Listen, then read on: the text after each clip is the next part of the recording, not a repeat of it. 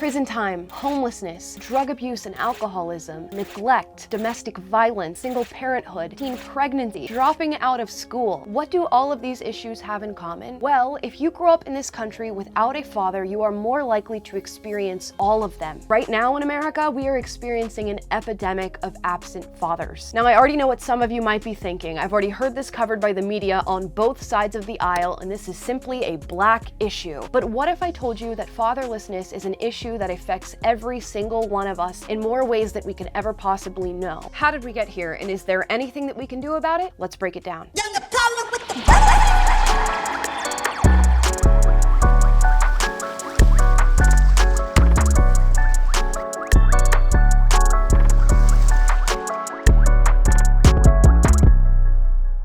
My parents got divorced when I was around 6 years old, and suddenly I was just seeing my father less and less. Weekly visits became monthly visits, became talking to each other once a year. That was my new normal, familiar strangers. To be honest, it didn't really affect me that much. One parent was enough, but I would come to find out later in life that I happened to be super lucky. Not because I didn't need anything from my dad or that there was nothing that he could truly give me, but because I managed to escape some of the horrific outcomes that can be attached to growing up with an absent father. So what are these outcomes? Well, I found that when compared to children from two-parent households, fatherless kids had a 2 times greater chance of infant mortality. They were more likely to face and perpetrate abuse and neglect. They were more likely to experience obesity. They were more likely to become pregnant as teens, more likely to drop out of school, more likely to abuse drugs, and more likely to go to prison. And those are just a few of the negative outcomes that we can trace back to fatherlessness. Imagine all of the things that we're missing. Now, I didn't know this, but according to Pew Research Center, the United States is the highest share of single parenting in the world. And the issue of fatherlessness in single parent households is an issue that continues to grow in this country. According to US Census data, in 1968, about 15% of US kids were living in a single parent household. Jump forward to now, and that number has doubled to 30%.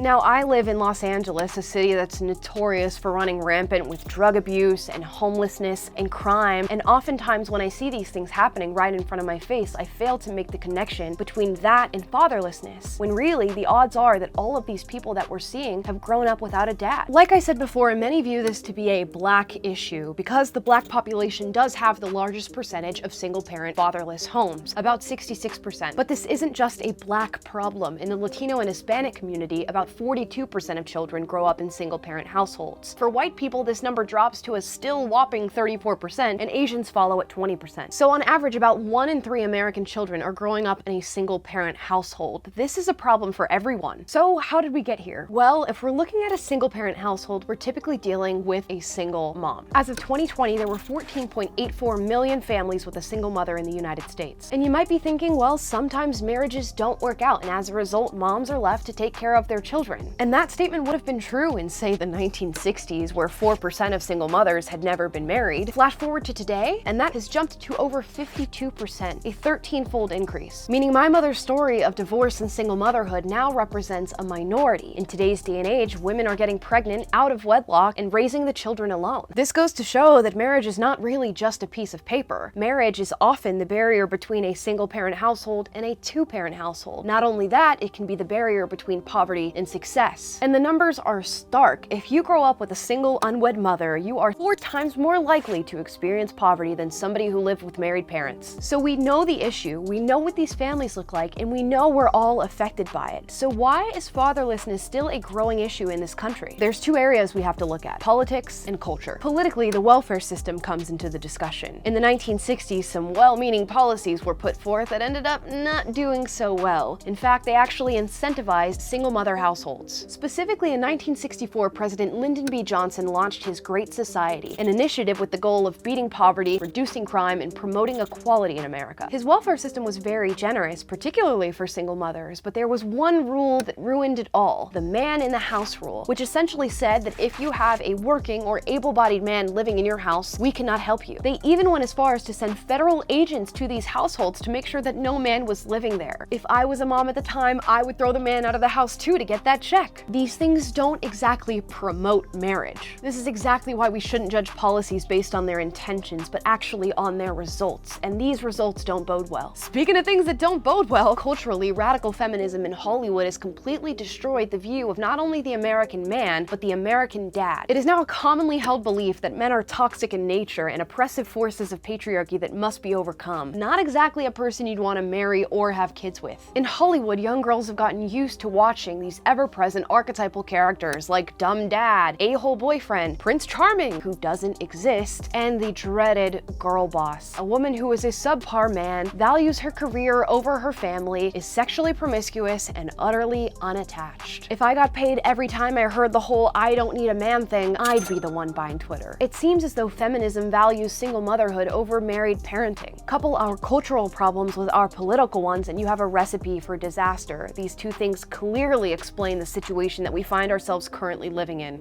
So you know everything now except for what can be done. For starters, we need a culture that values good men, good fathers, and good role models. Can you imagine how our perception of men would change if the media started showing good, well-rounded men taking on the responsibility of fatherhood? We need to step away from the toxic masculinity narrative and into one that values the inherent traits that men have. Politically, we should be looking at policies that don't incentivize single motherhood. Maybe take a look at that welfare system and do a little bit of tweaking. So of course, Hollywood's not going to start making these wonderful movies tomorrow, and we're certainly not going to get legislation in the coming days that suddenly changes all of these problems. What can we do right now to fix this? Well, there's a lot of things that we can do as individuals. First, reject these modern narratives of radical feminism and toxic masculinity. They're clearly not leading us down a good path and not doing anything that builds a fruitful society. Accept the fact that two-parent households are ideal. And that's not to denigrate the work of single mothers and single fathers, but we should all be striving towards what is best for our children, and that is a two-parent household. And let me make this clear, we cannot wait for Hollywood or politicians to come in and fix these problems. We have to fix these problems. And the fixing starts when we celebrate, appreciate, and honor fatherhood in our country by building a new culture that has a deep-seated love for parenthood and family, so that when that beautiful moment does come for them, they take on all the responsibilities that come along with it gladly. And to all the fathers and the future fathers watching this, we need you. We need you to be there as a good friend, a good role model, a good husband, a good dad. And you might be thinking that's way too much pressure. You don't know how to be a father, how to take on that role, and certainly not the responsibilities that come along with it. But statistically speaking, just by being there, you can change the world.